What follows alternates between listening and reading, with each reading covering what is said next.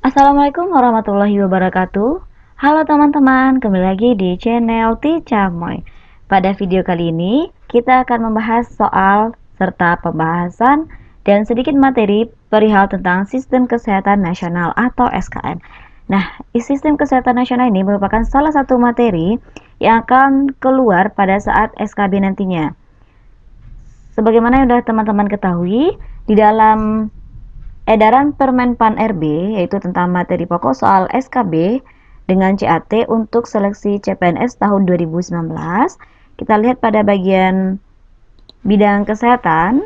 Untuk kemampuan umumnya, yang pertama adalah Kebijakan Jaminan Kesehatan Nasional atau JKN, kemudian ada tentang SDGs bidang kesehatan, SKN atau Sistem Kesehatan Nasional, kemudian Undang-Undang Kesehatan, Kebijakan Dasar Puskesmas, dan Standar Pelayanan Minimal. Kemudian ada Perilaku Hidup Bersih dan Sehat, Penanggulangan Narkoba, Imunisasi, Program Cerdik, Program Keluarga Berencana, dan Program Keselamatan Pasien. Jadi itu adalah beberapa kisi-kisi materi yang telah dikeluarkan oleh Permenpan RB. Jadi teman-teman dapat mempelajari submateri atau materi lain yang berkaitan dengan materi yang ini, misalnya kayak PHBS. Nah, materi yang berkaitan dengan PHBS apa saja? Kemudian seperti Sistem Kesehatan Nasional, ini kaitannya erat dengan Jaminan Kesehatan Nasional, dan SDGs. Sebelum SDGs adalah MDGs, jadi teman-teman bisa mempelajarinya sedikit tentang MDGs. Oke, untuk kemampuan khususnya nanti teman-teman bisa mempelajari sendiri. Selamat belajar, semoga sukses. Soal yang pertama, pengelolaan kesehatan yang diselenggarakan oleh semua komponen bangsa Indonesia secara terpadu dan saling mendukung guna menjamin tercapainya derajat kesehatan masyarakat yang setinggi-tingginya disebut A. Sistem Kesejahteraan Nasional, B. Sistem Jaminan Nasional, C. Sistem Kesehatan Nasional, D. Sistem Kesehatan Internasional, E. Sistem Kemanusiaan Nasional. Jawabannya adalah C. Sistem Kesehatan Nasional. Oke, kita bahas sedikit tentang Sistem Kesehatan Nasional. Yang selanjutnya disingkat SKN adalah pengelolaan kesehatan yang diselenggarakan oleh semua komponen bangsa Indonesia secara terpadu dan saling mendukung guna menjamin tercapainya derajat kesehatan masyarakat yang setinggi-tingginya. Soal yang kedua, untuk meningkatkan akselerasi dan mutu pelaksanaan Sistem Kesehatan Nasional atau SKN, pembangunan kesehatan perlu melandaskan pada pemikiran dasar pembangunan kesehatan. Berikut ini merupakan prinsip-prinsip pembangunan kesehatan kecuali A. Peri kemanusiaan, B. Pemberdayaan dan gotong royong, C. Pemberdayaan dan kemandirian, D. Adil dan merata, E. Pengutamaan dan manfaat. Jawabannya adalah B. Pemberdayaan dan gotong royong. Sebelum kita masuk ke dalam prinsip pembangunan kesehatan, kita bahas terlebih dahulu sedikit tentang pelaksanaan kegiatan yang ditekankan pada Sistem Kesehatan Nasional, yang adalah pada yang pertama, peningkatan perilaku dan kemandirian masyarakat. 2. Profesionalisme sumber daya manusia kesehatan. 3. Upaya promotif dan preventif tanpa mengesampingkan upaya kuratif dan rehabilitatif.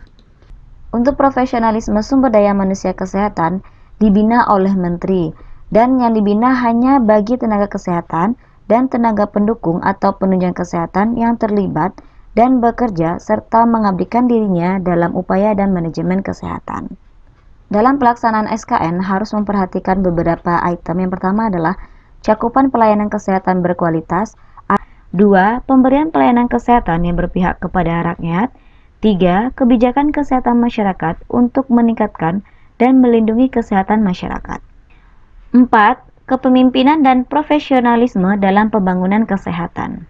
5. Inovasi atau terobosan ilmu pengetahuan dan teknologi yang etis dan terbukti bermanfaat dalam penyelenggaraan pembangunan kesehatan secara luas, termasuk penguatan sistem rujukan.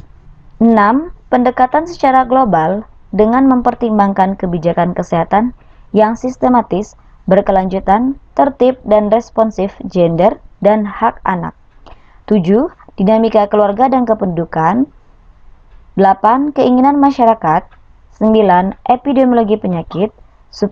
Perubahan ekologi dan lingkungan. Terakhir yang 10. Globalisasi. demokratisasi dan desentralisasi dengan semangat persatuan dan kesatuan nasional, serta kemitraan dan kerjasama lintas sektoral. Selanjutnya, untuk peningkatan akselerasi dan mutu pelaksanaan SKN, pembangunan kesehatan perlu melandaskan pada pemikiran dasar pembangunan kesehatan. Pemikiran dasar pembangunan kesehatan meliputi pemikiran tentang pelaksanaan, tujuan, dan prinsip dasar pembangunan kesehatan. Nah, kita lihat prinsip dasar pembangunan kesehatan terdiri dari peri kemanusiaan, pemberdayaan dan kemandirian, adil dan merata, serta pengutamaan dan manfaat. Selanjutnya soal yang ketiga, upaya yang dilaksanakan oleh semua komponen bangsa Indonesia yang bertujuan untuk meningkatkan kesadaran, kemauan, dan kemampuan hidup sehat bagi setiap orang agar terwujud derajat kesehatan masyarakat yang setinggi-tingginya sebagai investasi bagi pembangunan sumber daya manusia yang produktif secara sosial dan ekonomis adalah A. Pembangunan kesehatan, B. Sistem kesehatan nasional, C. Jaminan kesehatan, D. Pengelolaan kesehatan, E. Pelayanan kesehatan. Jawabannya adalah A. Pembangunan kesehatan. Nah, mari kita lihat beberapa definisi di sini. Yang pertama adalah SKN, tadi sudah dijelaskan. Yang kedua tentang pengelolaan kesehatan, merupakan proses atau cara mencapai tujuan pembangunan kesehatan melalui pengelolaan upaya kesehatan, penelitian dan pengembangan kesehatan, pembiayaan kesehatan, sumber daya manusia kesehatan, sediaan farmasi, alat kesehatan dan makanan, serta manajemen, informasi dan regulasi kesehatan serta pemberdayaan masyarakat. Nah, di sini dibahas tentang pemberdayaan masyarakat.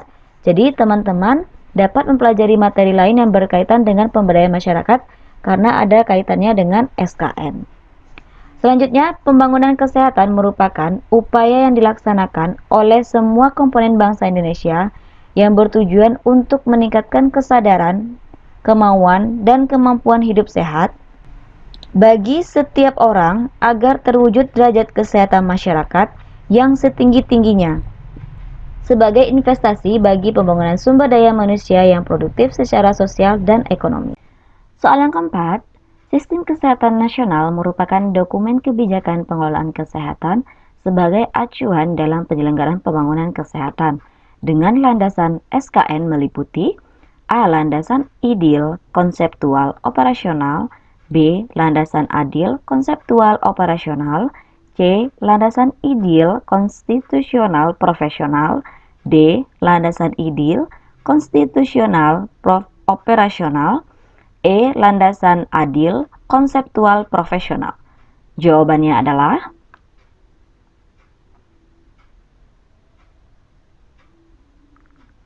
D. Landasan ideal konstitusional dan operasional.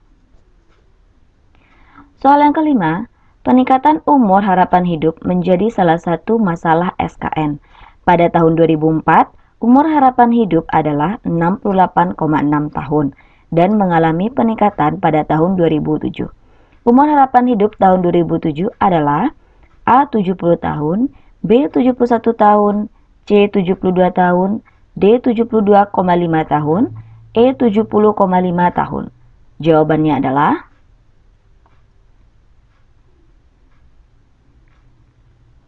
E. 70,5 tahun. Oke, kita bahas sedikit tentang perkembangan dan masalah SKN. Pembangunan kesehatan yang dilaksanakan secara berkesinambungan dan terjadinya peningkatan kinerja sistem kesehatan telah berhasil meningkatkan status kesehatan masyarakat. Antara lain, yang pertama, penurunan angka kematian bayi dari 46 per 1000 kelahiran hidup pada tahun 1997 menjadi 34 per 1000 kelahiran hidup pada tahun 2007. Ini berdasarkan SDKI 2007. 2. Penurunan angka kematian ibu dari 318 per 100.000 kelahiran hidup pada tahun 1997 menjadi 228 per 100.000 kelahiran hidup pada tahun 2007. Yang ketiga, peningkatan umur harapan hidup atau UHH dari 68,6 tahun pada tahun 2004 menjadi 70,5 tahun pada tahun 2007.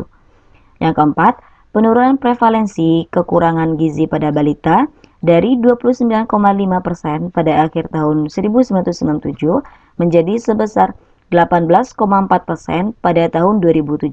Ini berdasarkan Riskesdas 2007 dan 17,9% berdasarkan Riskesdas tahun 2010. 5. Terjadinya peningkatan konseptif prevalence rate atau CPR dari 60,4% yaitu berdasarkan SDKI tahun 2003 menjadi 61,4% berdasarkan SDKI tahun 2007, sehingga total fertility rate atau TFR stagnan dalam posisi 2,6. Nah, meskipun terjadi peningkatan status kesehatan masyarakat, namun masih belum seperti yang diharapkan, sehingga upaya percepatan pencapaian indikator kesehatan dalam lingkungan strategis baru harus diupayakan dengan perbaikan SKN. Lanjut yang keenam, penyakit infeksi menular yang masih menjadi masalah kesehatan masyarakat yang menonjol dan menjadi salah satu target SDGs yang diakhiri tahun 2030 adalah A. Frambusia, B. HIV/AIDS, C. COVID-19, D. Kusta, E. Hepatitis. Jawabannya adalah B. HIV/AIDS. Penjelasannya, penyakit infeksi menular masih merupakan masalah kesehatan masyarakat yang menonjol, antara lain TB paru, malaria, HIV/AIDS, DBD, dan diare. Nah, tentang HIV/AIDS ini terdapat pada poin SDGs, yaitu yang berkaitan goals yang berkaitan dengan kesehatan, yaitu nomor 3. Oke, kita lihat goals ketiga dari SDGs adalah menjamin kehidupan yang sehat dan mendorong kesejahteraan bagi semua orang di segala usia. Targetnya yaitu pada tahun 2030 yang pertama, mengurangi angka kematian ibu hingga di bawah 70 per 100.000 kelahiran hidup. 2. Mengakhiri kematian bayi dan balita yang dapat dicegah dengan menurunkan angka kematian neonatal hingga 12 per 1000 kelahiran hidup dan angka kematian balita 25 per 1000 kelahiran hidup. 3. Mengakhiri epidemi AIDS, tuberkulosis, malaria, dan penyakit tropis yang terabaikan, serta memerangi hepatitis, penyakit bersumber air, dan penyakit menular lainnya. 4. Mengurangi sepertiga kematian prematur akibat penyakit tidak menular melalui pencegahan dan perawatan, serta mendorong kesehatan dan kesejahteraan mental.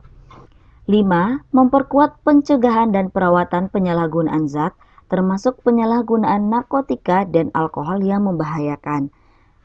6. Mengurangi setengah jumlah global kematian dan cedera akibat kecelakaan lalu lintas. 7. Menjamin akses semesta kepada pelayanan kesehatan seksual dan reproduksi. 8.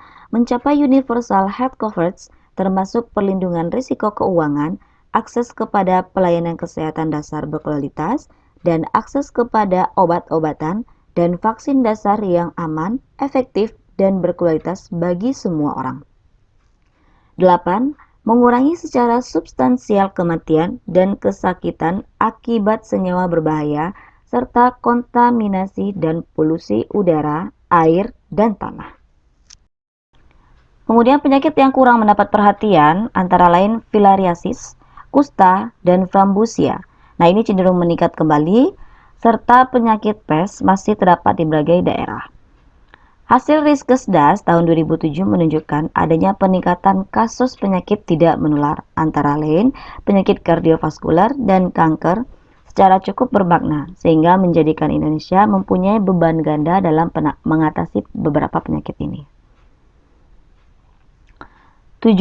SKN menjadi acuan dalam penyusunan dan pelaksanaan pembangunan kesehatan yang dimulai dari kegiatan perencanaan sampai dengan kegiatan monitoring dan evaluasi. SKN dilaksanakan oleh A. Masyarakat, B. Pemerintah daerah, C. Tenaga kesehatan saja, D. A dan B benar, E. Semua benar. Jawabannya adalah D. A dan B benar. Kita lihat pada pasal 4, ayat 1 berbunyi, SKN dilaksanakan oleh pemerintah, pemerintah daerah, dan atau masyarakat. SKN dilaksanakan secara berkelanjutan, sistematis, terarah, terpadu, menyeluruh, dan tanggap terhadap perubahan dengan menjaga kemajuan, kesatuan, dan ketahanan nasional. Nah, pelaksana SKN ini berdasarkan standar persyaratan dan peraturan perundang-undang yang berlaku tentunya. Lanjut yang ke-8, hasil Riskesdas tahun 2007 menunjukkan adanya peningkatan kasus penyakit tidak menular di Indonesia. Penyakit yang dimaksud adalah A. Kardiovaskular, B. TB paru, C. Diare, D. Hipertensi, E. Diabetes mellitus. Jawabannya adalah A. Kardiovaskular. 9. Landasan konstitusional sistem kesehatan nasional bahwa negara bertanggung jawab atas penyediaan fasilitas pelayanan kesehatan dan fasilitas pelayanan umum yang layak terdapat dalam A. Undang-Undang 1945 Pasal 28, B. Undang-Undang 1945 Pasal 28E, C. Undang-Undang 1945 Pasal 34A, D. Undang-Undang Dasar 1945 Pasal 28G, E. Undang-Undang 1945 Pasal 34. Nah, kita lihat di sini landasan SKN. Landasan SKN meliputi 3 landasan. Yang pertama adalah landasan ideal, landasan konstitusional, dan landasan operasional. Untuk landasan ideal adalah Pancasila, sedangkan landasan konstitusional adalah Undang-Undang Dasar Negara Republik Indonesia tahun 1945. Nah, khususnya ada beberapa pasal. Yang pertama adalah pasal 28A.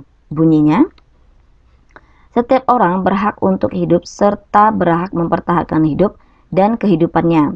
2. Pasal 28B ayat 2. Setiap anak berhak atas kelangsungan hidup, tumbuh, dan berkembang, serta berhak atas perlindungan dari kekerasan dan diskriminasi. Yang ketiga adalah pasal 28C ayat 1.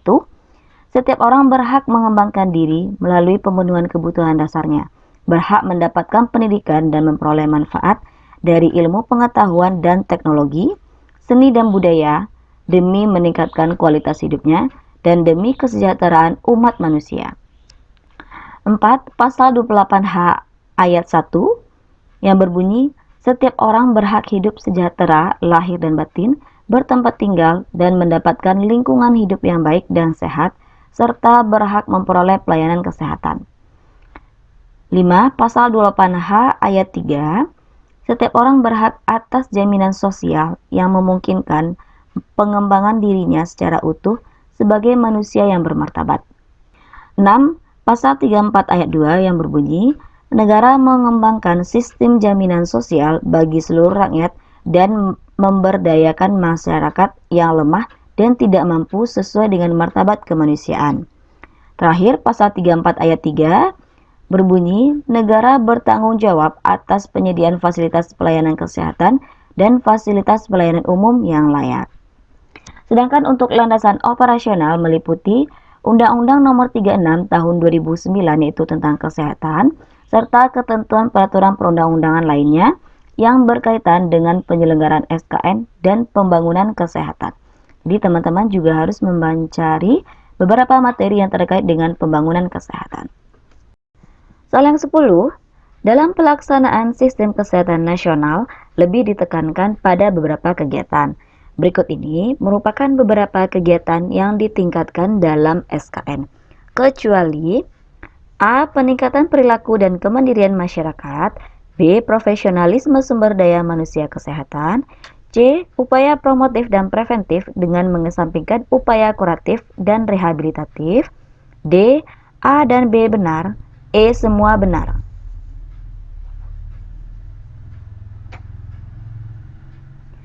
Jawaban yang benar adalah C. Upaya promotif dan preventif dengan mengesampingkan upaya kuratif dan rehabilitatif.